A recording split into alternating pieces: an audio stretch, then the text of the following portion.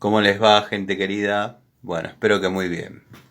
Este es otro video de Siciliano en su taller y quería mostrarles por qué rara vez utilizo reductores para las manijas de tubo, ya sea de media a 3 octavos, de 3 octavos a media. Obviamente, como todos, a veces la uso, pero bueno, vamos a un ejemplo extremo y me van a comprender.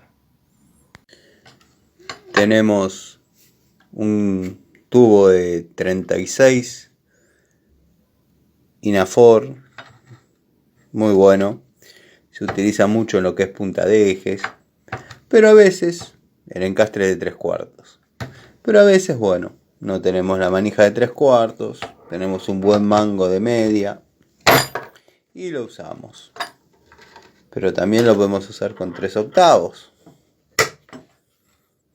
o por qué no con 1/4. Quedaría algo más o menos así, gente.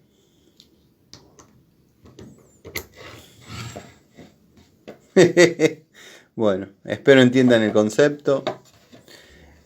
Por eso no estoy a favor de los reductores.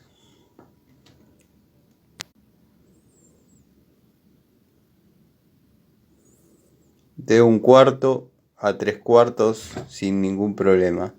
Les puedo asegurar que pesa más el tubo que la llavecita crique.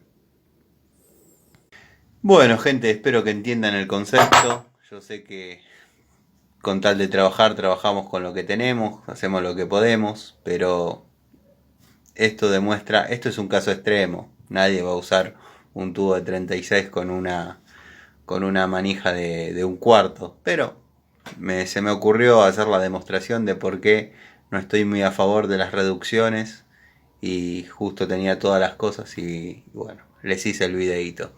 Les mando un saludo, espero tengan un buen descanso.